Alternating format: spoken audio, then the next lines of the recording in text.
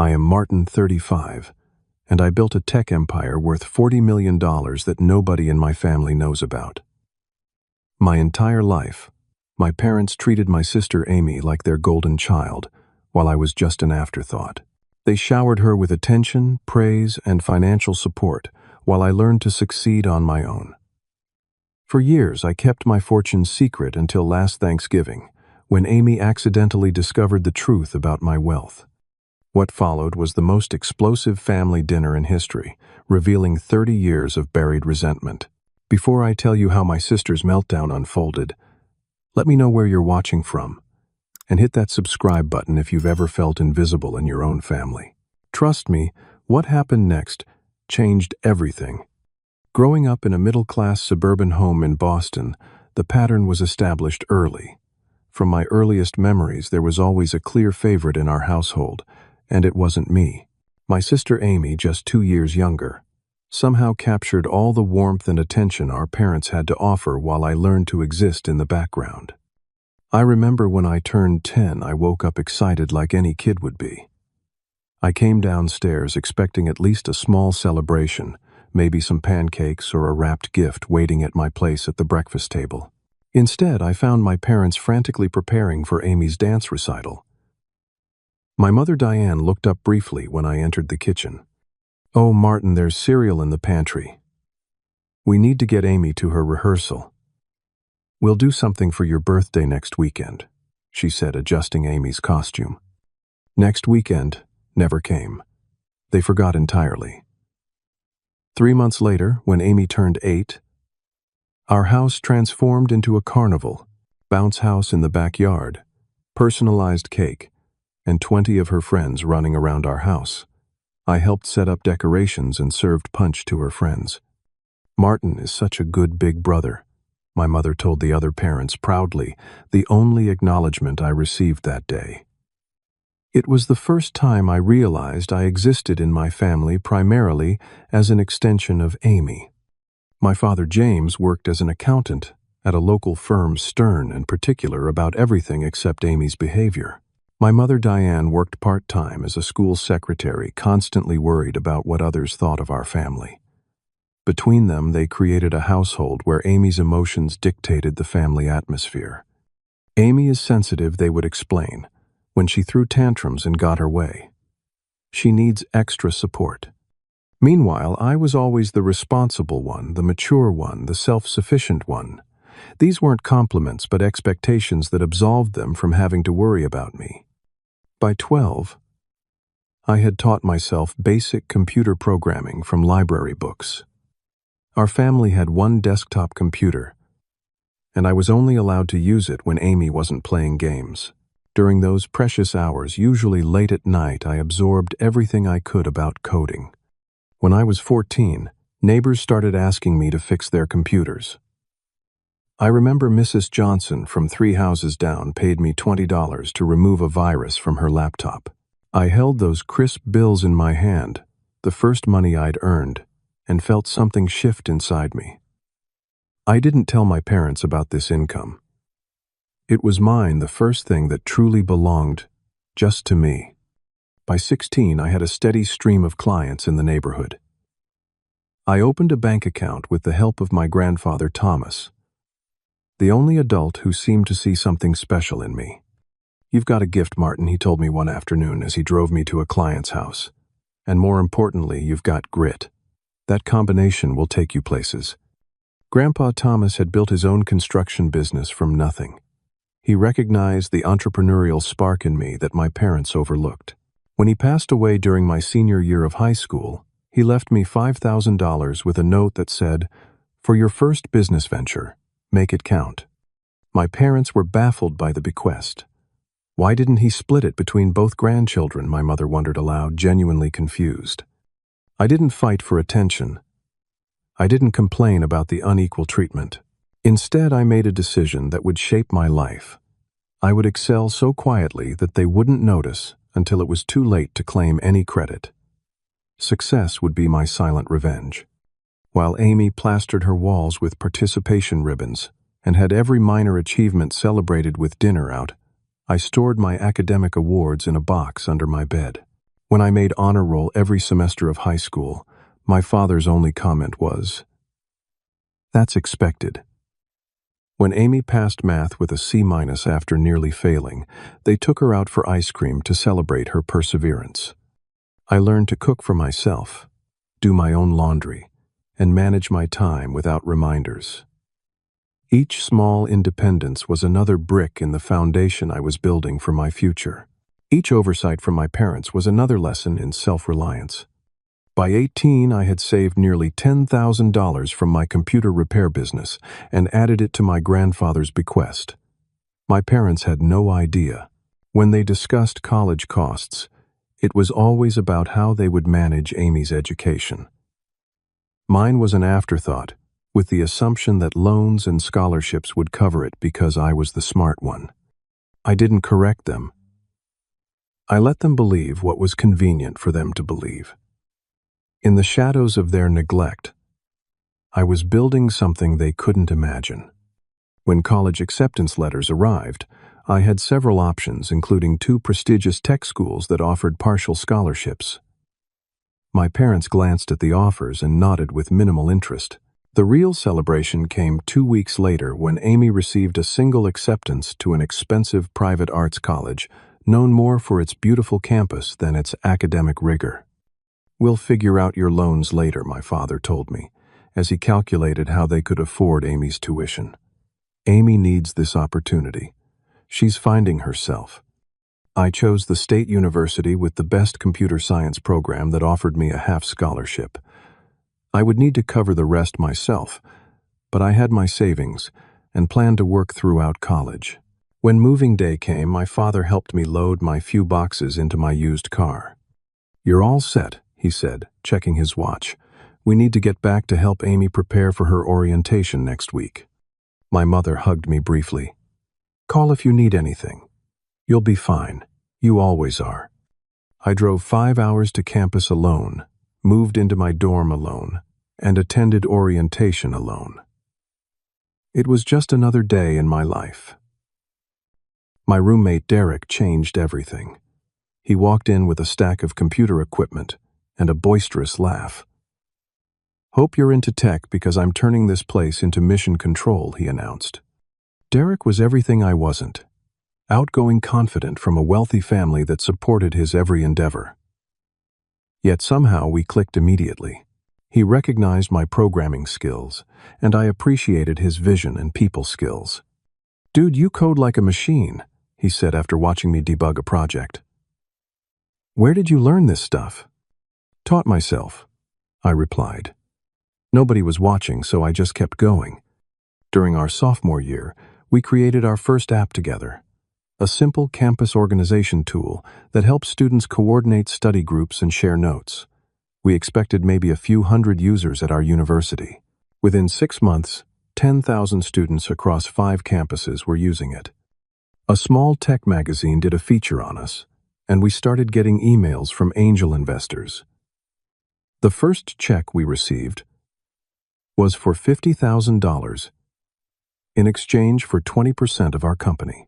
Derek and I looked at each other in shock when the money hit our account. "Do we tell our parents?" Derek asked. I thought about my family, about how they'd suddenly be interested in my life if they knew. "Not yet," I said. "Let's build this thing first." While I was creating algorithms in our dorm room, Amy had dropped out of her expensive college after 3 semesters. My parents called to tell me they needed to tighten belts since they were still paying off her tuition debt. I didn't tell them I had just made more money that month than my father earned in a year. I worked through holidays, taking only brief breaks to make obligatory family appearances. When I graduated with honors in computer science, my ceremony coincided with Amy's art show opening. She had decided to become a painter after working at a gallery for a few months. My parents chose her event. "You understand, right, Martin? Amy really needs our support right now. Her art is so personal. We'll celebrate your graduation later." I walked across the stage to receive my diploma with Derek's parents cheering for me. They took pictures and treated me to dinner afterward. "We're so proud of you boys," Derek's mother said. "You're going to change the world." After graduation, Derek and I rented a small two-bedroom apartment and converted the living room into an office space. We lived on ramen and coffee, pouring every dollar back into our growing business. We hired our first employee, then our second. Our app evolved into a more sophisticated academic platform that colleges were willing to pay for. Meanwhile, Amy had abandoned painting for photography, then pottery, then jewelry making. Each new passion required equipment classes and studio space. My parents remortgaged their house to help her open a boutique that closed within 8 months. She just hasn't found her path yet, my mother explained, during one of our rare phone calls. Not everyone knows their purpose as early as you did, Martin. The irony was, they had no idea what my purpose actually was or what I had built. They assumed I had a regular programming job making decent but unexceptional money. When they suggested I should help out the family since I was established, I simply said I was still paying off student loans. They never questioned it further or asked about my business. By 27, Derek and I had transformed our college project into a legitimate tech company. Our data security software was being adopted by universities and small businesses across the country. We moved into real office space and hired a team of 15 people. My personal stake in the company was worth over $2 million on paper, though I continued to live modestly and reinvest profits. Martin, you need to treat yourself sometimes, Derek urged after we landed a contract worth 7 figures. At least buy a decent car. I upgraded from my college beater to a new mid-range sedan. Nothing flashy but reliable and comfortable. When I drove it to my parents' house for Christmas, my father glanced at it and nodded. Sensible choice. Probably good gas mileage. That same holiday, they gifted Amy a substantial down payment on a condo because she had finally found a stable relationship with a finance guy she'd been dating for 3 months. The relationship ended before she even closed on the property, but my parents covered the costs anyway. While building our business, I created a carefully constructed facade for my family. I was doing fine, never struggling, never exceptional. Just fine. It was safer that way. I watched as Amy received emotional and financial support for every crisis, while I received occasional texts asking if I was still doing that computer thing. I worked 18-hour days, fell asleep at my desk more times than I could count, and poured everything I had into building something meaningful. Nobody in my family had any idea. The real turning point came when Derek and I developed a revolutionary data security protocol. In an age of increasing privacy concerns and data breaches, we created encryption software that was both more secure and more user-friendly than anything on the market. Major tech blogs started mentioning us. Industry insiders began reaching out. Our first major client was a regional banking chain looking to upgrade their security systems. The contract was worth $1.2 million, more money than I had ever imagined seeing in my bank account. When the payment cleared, Derek popped champagne in our office. "We should celebrate, let's buy a yacht or something crazy," he joked. Instead, I made a strategic decision that would define my financial future. I would continue living modestly while building wealth in silence. I found a brilliant financial advisor named Rachel, who helped me create a series of investments and shell corporations to manage my growing fortune privately. "Most people want to flaunt their wealth," Rachel observed during one of our meetings. "You're doing the opposite. May I ask why?" I thought about my family, about the dynamics that would shift if they knew. "I want my success to be mine," I told her, "not something others can claim or exploit." She nodded with understanding and helped me create a financial structure that kept my assets secure and private. On paper, I was a comfortable but not wealthy tech entrepreneur. In reality, my net worth was climbing rapidly.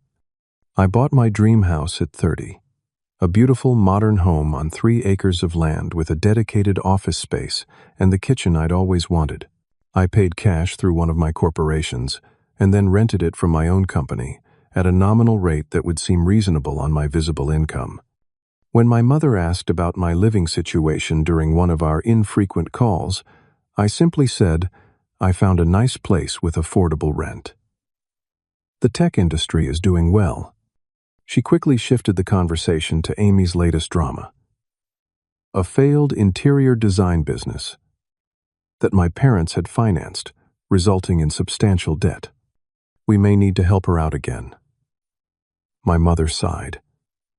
She's really struggling right now. That's tough. I replied neutrally while sitting in my paid-off $3 million home. As our company grew, so did the acquisition offers.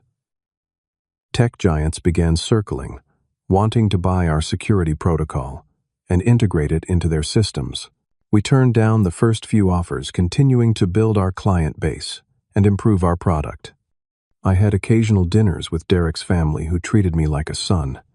They celebrated our successes and supported us through challenges. Derek's father, a successful businessman himself, became a mentor to both of us. His mother checked in regularly, sending care packages to our office and insisting we take vacations occasionally. "You boys are working too hard," she would say. Success means nothing if you're not healthy enough to enjoy it. Meanwhile, my relationship with my own family continued to deteriorate into occasional perfunctory calls. Amy's life became a series of failed ventures and relationships, each one requiring parental intervention and financial support. She moved back home twice in her 30s, each time treating it as a temporary setback rather than a pattern. When I hit the $10 million mark at age 30, I celebrated alone on the balcony of my home, looking at the stars and thinking about my grandfather. I wondered if he would be proud of what I'd built. I imagined him sitting beside me, clinking glasses and saying, "You made it count, kid." The next day, I anonymously donated $500,000 to a scholarship fund for self-supporting students at my alma mater. I thought about all the nights I'd worked through, exhaustion, all the holidays I'd missed to build my company, all the lonely achievements that had no witness except myself. During rare family visits, I maintained the facade of modest success. I brought reasonable gifts, drove my unassuming car, and wore the same watch I'd had since college. I listened to my parents praise Amy's creativity and free spirit, while they acknowledged my stability as an afterthought. "At least we never have to worry about Martin," my father would say, not realizing the irony of his statement.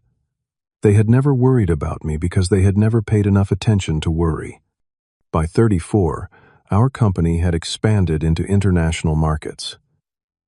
We had offices in 3 cities and a team of over 100 people. My personal net worth had grown to nearly $40 million, all carefully managed through a complex structure of investments and business entities that kept the full extent of my wealth private. I dated occasionally, but never found someone who connected with the real me. Most relationships ended when I realized the woman was interested in the successful tech entrepreneur persona I presented rather than the person beneath. I had built walls so high to protect myself from my family that they kept everyone else out too. In quiet moments, I sometimes wondered what would happen if my family knew the truth. Would it change anything?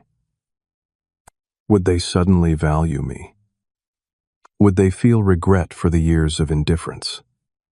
The thought experiment always ended the same way, with the realization that any change in their behavior would be too little, too late, and for all the wrong reasons. I kept my secret and built my empire in silence, waiting for a day I wasn't sure would ever come. The call came on a Tuesday afternoon in early November. I was in the middle of a meeting about a potential merger when my phone lit up with my mother's name. I excused myself and stepped into the hallway.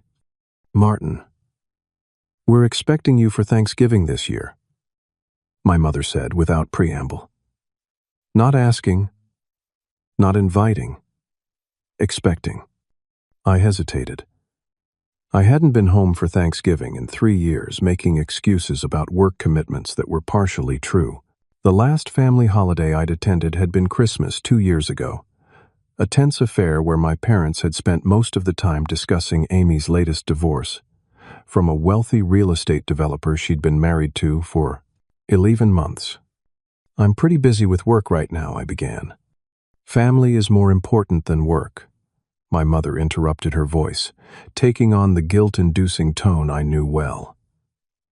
"Amy is going through a difficult time. She's living with us again, and it would mean a lot to have everyone together." Of course, Amy was in crisis, so the family needed to rally. I was being summoned, not as a son they missed, but as a supporting character in Amy's ongoing drama. "I'll see what I can do," I replied non-committally.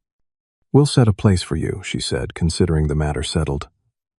"Oh, and Martin, Amy mentioned you might be working on some big business deal. Feel free to bring any of your business partners if you'd like." I froze. I hadn't mentioned any deal to Amy or my parents. Our company was indeed in final negotiations for a $40 million buyout from a major tech corporation, but that information was strictly confidential. Only the executive team and our lawyers knew the details. "What did Amy tell you exactly?" I asked carefully. "Just that you might have some exciting business news. Is there something you want to share with your family?" There was a new note in my mother's voice. Interest, perhaps even pride. After hanging up, I immediately called our legal team. After some investigation, we discovered what had happened. In responding to an email from our lawyer about the final buyout details, I had accidentally copied Amy's email address. Her name had autofilled because I'd emailed her birthday wishes the previous month. She had received confidential information about the $40 million deal, including details about my personal stake in the company. Within hours of that email mishap, my family had suddenly developed an intense interest in my professional life. After years of indifference, they were now eager to hear about my success. My phone began lighting up with texts from Amy. "Hey, big bro. Long time no talk. We should catch up before Thanksgiving. Didn't know your company was doing so well. So proud of you. Can't wait to hear all about your business at Thanksgiving. Bring your partners too." After years of minimal contact, Amy had called me 4 times in the week leading up to Thanksgiving. I let each call go to voicemail. Her messages became increasingly transparent, mentioning family investment opportunities and how she was considering getting into tech herself. My father, who typically contacted me only when he needed computer help, called to chat about business strategy and mentioned he was considering some investments before retirement. The sudden attention was as transparent as it was insulting. For years, they had shown minimal interest in my life or career. Now that they had glimpsed my financial success, I was suddenly the golden child they'd always believed in. I decided to attend Thanksgiving, but alone. No business partners, no girlfriend, no witnesses to whatever was about to unfold. I spent the days leading up to the holiday, mentally rehearsing responses to the questions and requests I anticipated. Derek noticed my distraction during our meetings. "You okay, man? You seem somewhere else today." "Family stuff," I explained briefly. "Going home for Thanksgiving." Derek knew enough about my family situation to understand. "Want me to come as backup?" I shook my head. "This is something I need to handle myself." The day before Thanksgiving, I packed an overnight bag and some work files as a potential escape excuse. I wrapped a bottle of reasonably priced wine as a host gift. Expensive enough to be nice, but not revealing of my true financial status. The drive to my parents' house took 3 hours. With each mile, I felt myself regressing the confident CEO, giving way to the overlooked son. Old emotions bubbled up, the desire for approval. I thought I'd outgrown the hurt. I thought I'd processed. The anger I thought I'd released. I pulled into their driveway at 4 in the afternoon. The house looked the same as always from the outside, but I noticed new landscaping and a recently paved driveway. Amy's financial drain must have temporarily paused long enough for some home improvements. Taking a deep breath, I grabbed my bag and the wine and stepped out of my car. I was no longer the invisible middle-class son they thought they knew. I was a successful businessman worth $40 million. But they didn't truly know that person either. As I approached the front door, I wondered which version of me would leave this house after Thanksgiving dinner. I rang the doorbell instead of using my key, a small but deliberate choice to position myself as a visitor rather than a member of the household. My mother opened the door with an unusually bright smile. "Martin, you made it." She embraced me with enthusiasm that felt foreign and uncomfortable. Over her shoulder, I saw my father emerge from the living room, also smiling widely. "There's our businessman," he called out, approaching, with his hand extended as if greeting a colleague rather than his son. I handed my mother the wine. "Thanks for having me." "Oh, you didn't need to bring anything," she said, examining the label with barely disguised evaluation. "But this looks lovely." The house interior had been significantly updated since my last visit. New furniture, high-end appliances in the kitchen, and what appeared to be original artwork on the walls. I wondered briefly how they were affording these upgrades when they had been complaining about finances for years. Amy emerged from the kitchen, wearing an expensive-looking outfit and more makeup than usual. Her smile was wide, but didn't reach her eyes. "My successful brother finally graces us with his presence," she announced, embracing me tightly. She whispered in my ear, "We have so much to catch up on." I disengaged politely and set my overnight bag by the stairs. "The house looks different. You've made some changes." "Just a few updates," my father said vaguely. "How about a drink? I got that scotch you mentioned liking once." I had never discussed scotch preferences with my father. "Water is fine for now, thanks." We moved to the living room where the interrogation began, thinly disguised as casual conversation. "So business must be booming," my father started. "Amy mentioned you might have some exciting developments." I glanced at Amy, who suddenly became very interested in her wine glass. "Business is stable," I replied neutrally. "How have you been?" "Oh, you know the usual," my mother jumped in. "We're more interested in hearing about you. You're always so private about your work. We hardly know what you actually do." "Data security software." I said the same answer I'd given them dozens of times before, which they had never shown interest in understanding. "And that's profitable," my father pressed. "It pays the bills." Amy could barely contain herself. "Come on, Martin. Don't be so modest. Tell them about your company." The conversation continued in this vein through appetizers. My parents and sister asked increasingly direct questions about my finances, while I provided increasingly vague answers. The frustration in the room was palpable. When we moved to the dining room, I noticed I had been seated at the head of the table, a first in family history. Traditionally, my father took that position with Amy at his right hand. The new arrangement was telling. My mother had prepared an elaborate meal, including several dishes she knew I liked, but had rarely bothered to make during my childhood. The attention to detail would have been touching if the motivation hadn't been so transparent. Halfway through the main course, Amy could no longer maintain the pretense. She set down her fork with a clank. "Okay, enough small talk. Martin, we know about the $40 million deal." "I saw the email," she said flatly. "Why are you being so secretive with your own family?" The table fell silent. My parents' eyes darted between Amy and me, their expressions, a mix of embarrassment at her directness and eagerness for my response. I took a sip of water, using the moment to compose myself. "That information was confidential, Amy. You weren't supposed to see it." "Well, I did see it," she continued, her voice rising slightly. "And I don't understand why you've been hiding your success from us. We're your family." "Are we, though?" The words left my mouth before I could reconsider them. My mother gasped softly. My father's face hardened. "What is that supposed to mean?" he demanded. "It means that for most of my life, I've been an afterthought in this family," I said calmly. "Amy has always been the priority, Emotionally, financially, in every way that matters.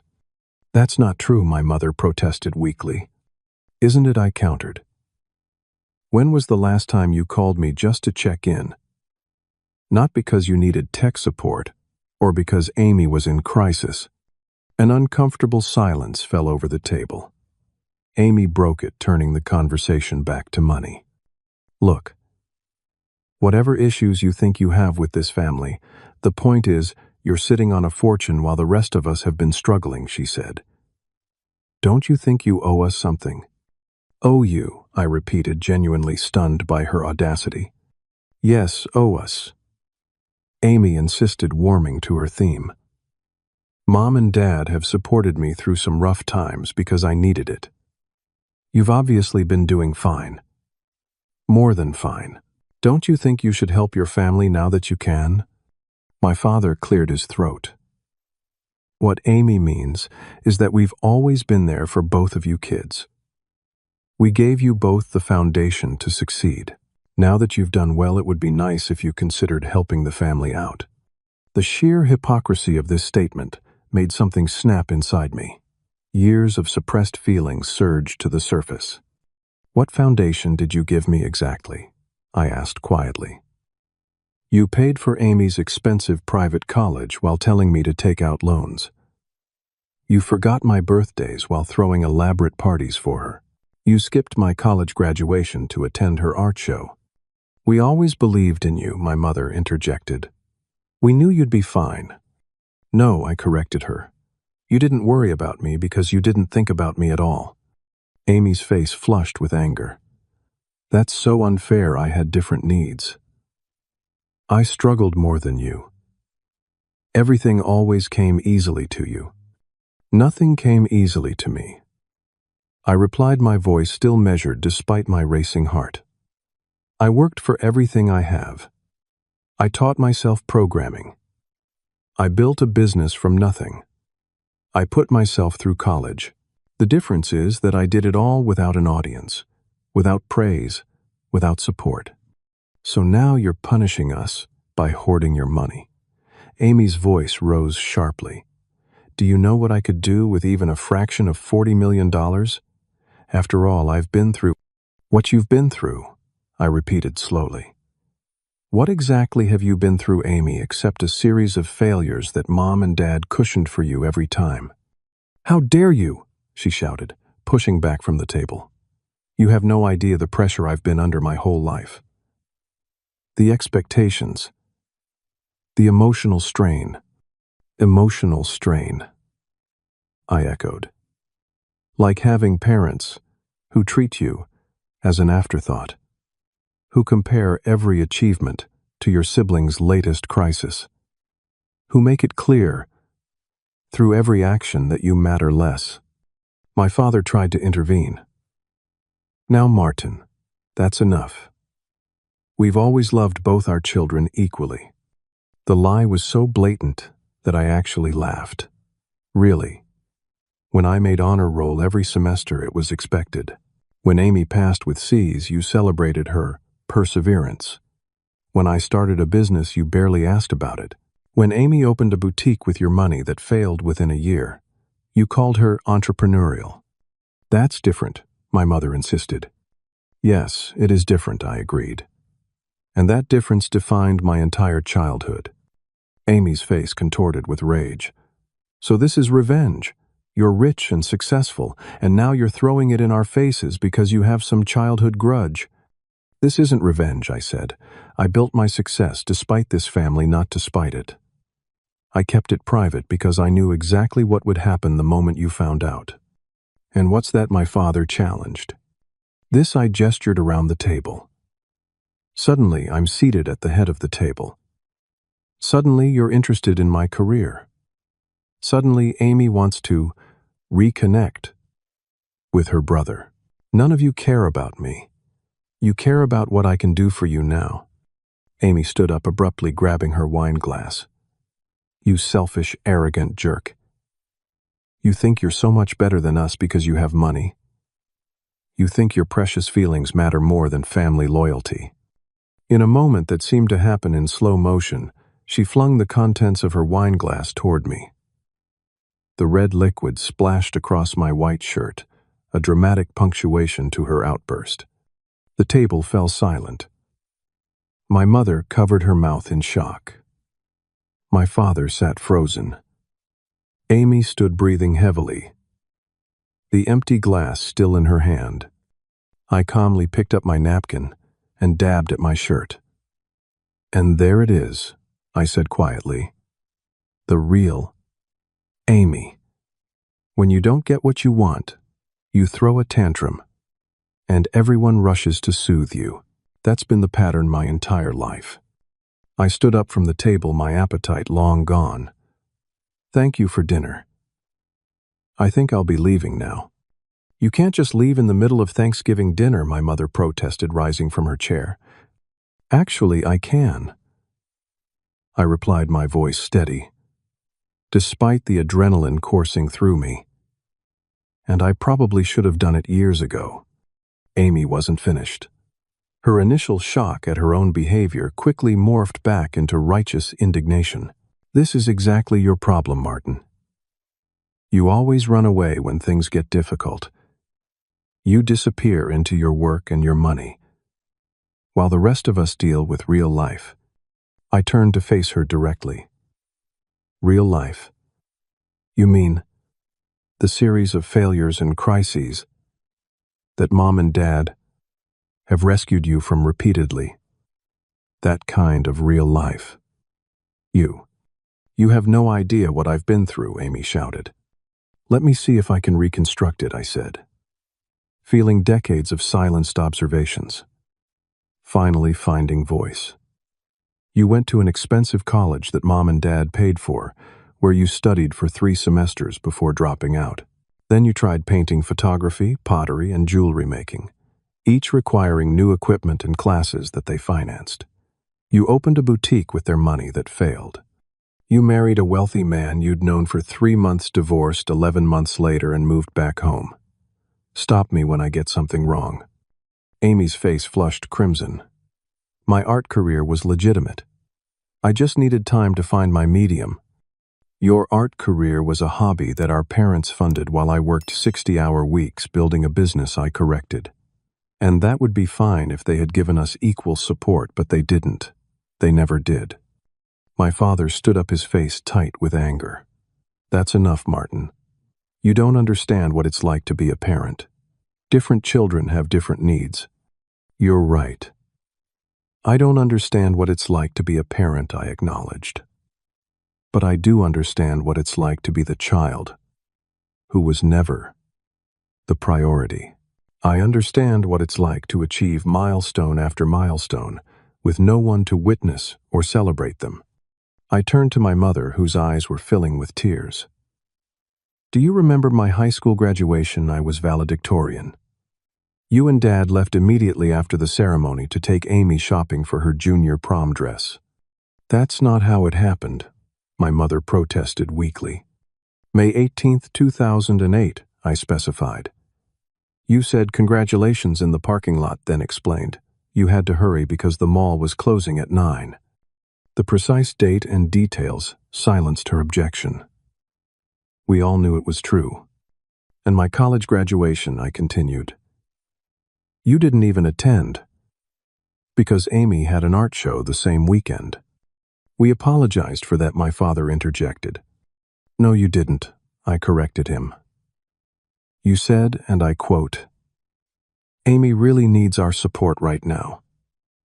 We'll celebrate your graduation later.' Later never came."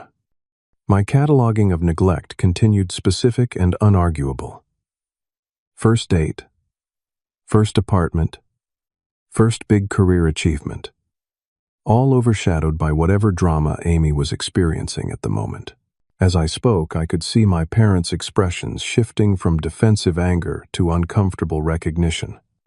Amy attempted to regain control of the narrative. "So you've kept score all these years, building up resentment while pretending everything was fine. That's so unhealthy, Martin."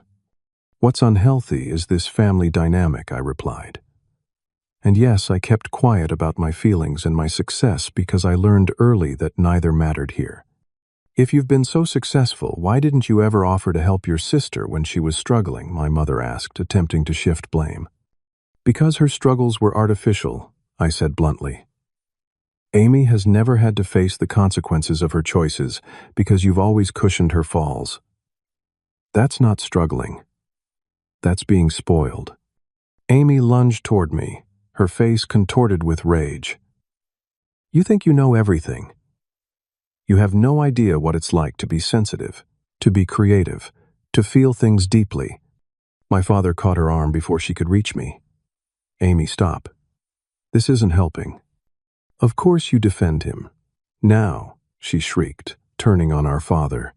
"Now that he's rich and successful, you always took his side." The absurdity of this statement hung in the air. Everyone in the room knew it was patently false. "I need some air," I said, turning toward the front door. My father followed me into the hallway, his voice lowered. "Martin, wait. We should talk about this rationally.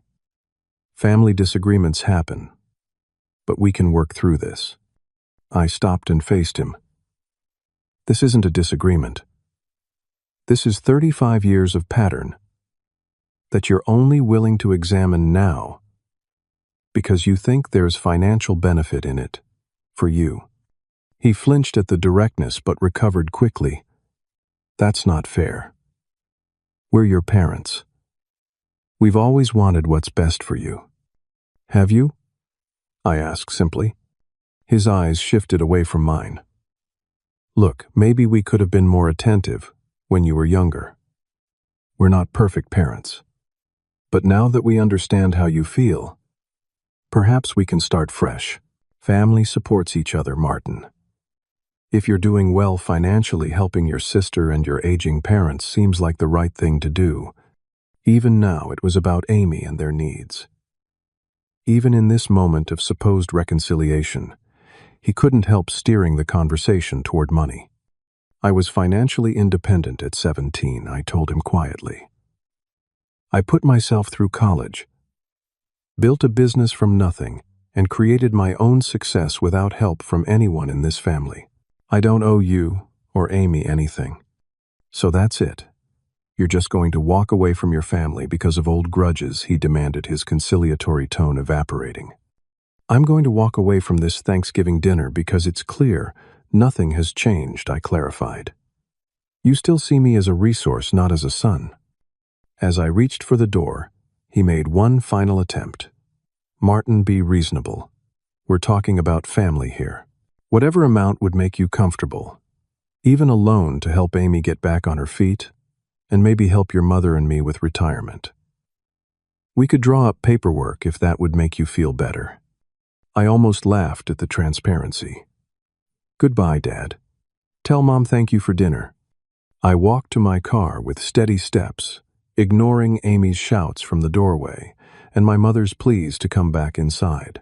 As I drove away, I felt something unexpected, not satisfaction or vindication, but a profound sense of relief. The facade had finally cracked, revealing the truth we had all danced around for decades.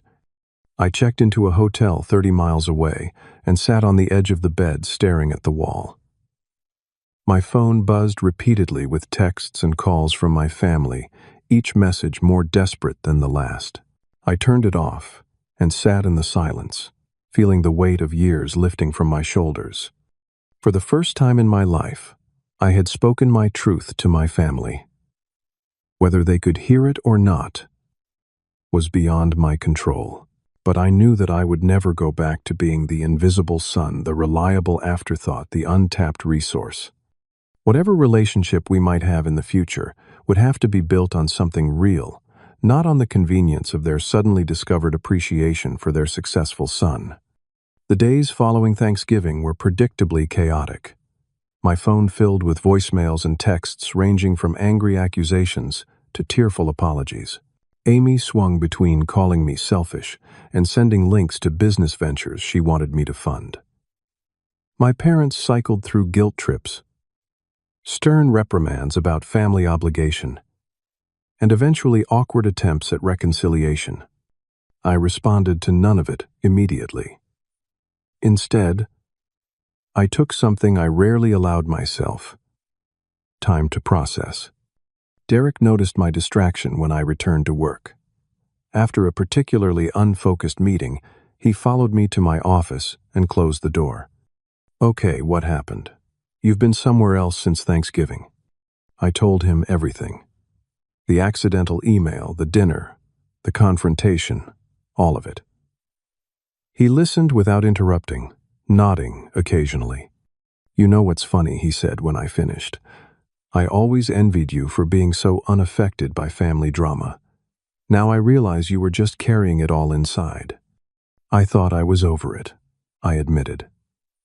I built this whole life, this company, this success. I convinced myself their approval didn't matter anymore. "Their approval doesn't matter," Derek said firmly. "But your truth does. You needed to say it out loud, not for them, but for you." He was right. Speaking my reality after decades of silence had shifted something fundamental within me. The hurt child inside me had finally been acknowledged.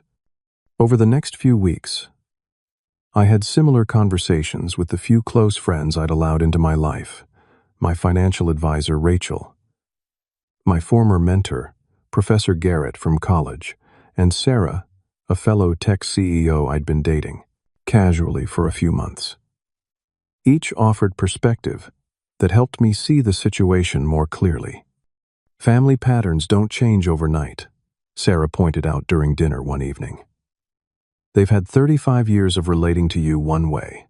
A single confrontation won't transform that, no matter how cathartic." "So what now?" I asked.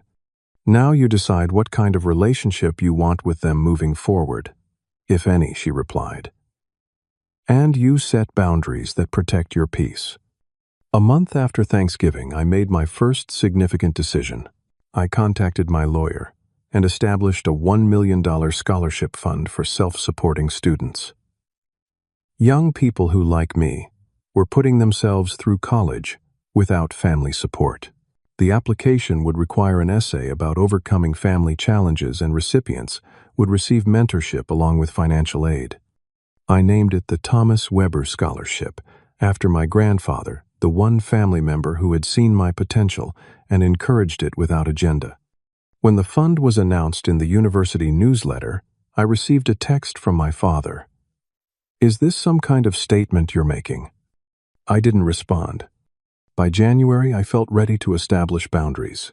I sent each family member an email explaining that I needed space to process our relationship, that I would not be responding to financial requests of any kind, and that future contact would need to respect these boundaries. The responses were telling. My father replied with a terse, "Understood." My mother sent a long, emotional message about family forgiveness. Amy didn't respond at all. Throughout that winter and spring, I focused on personal growth in ways I had always postponed. I started therapy with Dr. Michael Brennan, who specialized in family dynamics. I took actual vacations for the first time in my adult life. I developed friendships that weren't connected to work. I dated with more openness, allowing myself to be vulnerable in ways I hadn't before. The business transaction that had inadvertently triggered the Thanksgiving confrontation was finalized in March. Our company was acquired for $42 million, slightly more than the original offer. Derek and I retained creative control and leadership positions within the larger corporation. My personal stake translated to nearly $18 million after taxes, adding to my existing wealth. I celebrated properly this time, hosting a dinner for everyone who had been part of building our success, from our first employee to our newest intern. I made sure they all received bonuses that acknowledged their contributions. It felt right to share the achievement with people who had actually been part of it. By summer, my mother began sending tentative texts that didn't mention money. Articles she thought I might find interesting, questions about my health, brief updates about her garden. I responded politely, but briefly, maintaining the boundary while leaving the door slightly open. My father remained distant, his pride apparently wounded by my refusal to become the family bank. Amy attempted to contact me only when she needed something which I consistently declined to provide. In late July, I received an unexpected call from Rachel, my financial advisor. "Your sister contacted me directly," she informed me. "She found my information online and called asking about your assets and investment strategy. She claimed to be your business partner." I thanked Rachel for the information and had my lawyer send Amy a cease and desist letter. It was the last direct contact I had with her that year. As fall approached, bringing another holiday season, I made a decision that felt both difficult and necessary. Instead, I accepted an invitation from Derek's family to join their Thanksgiving celebration, as I had done in college, when my own family had chosen Amy's art show over my graduation. Derek's parents welcomed me warmly, with his mother hugging me tightly at the door. "We're so glad you're here, Martin. We've always considered you part of the family." The contrast with my own family's conditional acceptance was stark and healing. Here no one cared about my bank account or what I could provide. They simply enjoyed my company. That December, I met Sophia at a charity gala. Unlike previous relationships where I'd been guarded about my success, I was open with her from the beginning about both my wealth and my family history. She listened with genuine interest and shared her own complicated family dynamics. "Families are messy," she said simply. "The question is whether they're trying to grow or just staying stuck in their patterns." By spring, our relationship had deepened into something meaningful. Sophia valued me for who I was, not what I had. She challenged me when I retreated behind emotional walls and celebrated my achievements without envy. For the first time, I could imagine sharing my life with someone completely. 2 years after the Thanksgiving confrontation, I launched a mentorship program for young entrepreneurs from difficult backgrounds. The program provided not just business guidance, but emotional support for navigating success without family backing. Working with these determined young people healed something in me that therapy alone couldn't reach. One evening, while reviewing applications for the program, I received a text from my mother. "Your father had a minor heart attack today. He's stable now. Thought you should know." I called the hospital immediately and spoke with his doctor, then sent flowers and a brief note wishing him a speedy recovery. I did not offer financial assistance for medical bills. It was a boundary I needed to maintain. 3 days later, I visited him briefly in the hospital. Our conversation was awkward, but civil. He didn't mention money, and neither did I. It was a small step toward a different kind of relationship. Not close, perhaps never close, but at least honest. As I built a life defined by my choices rather than my family's expectations, I realized that the greatest wealth I had accumulated wasn't financial at all. It was the freedom to determine my own worth, to create boundaries that protected my peace, and to surround myself with people who valued me for reasons beyond what I could provide. The $40 million that had triggered the Thanksgiving meltdown had ultimately given me something priceless, the catalyst to break patterns that would have otherwise continued indefinitely. My sister's wine-throwing tantrum had been the dramatic punctuation to a lifetime of unspoken resentments and unacknowledged dynamics.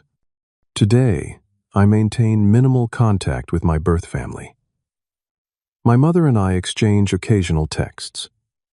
My father and I speak briefly on birthdays and holidays.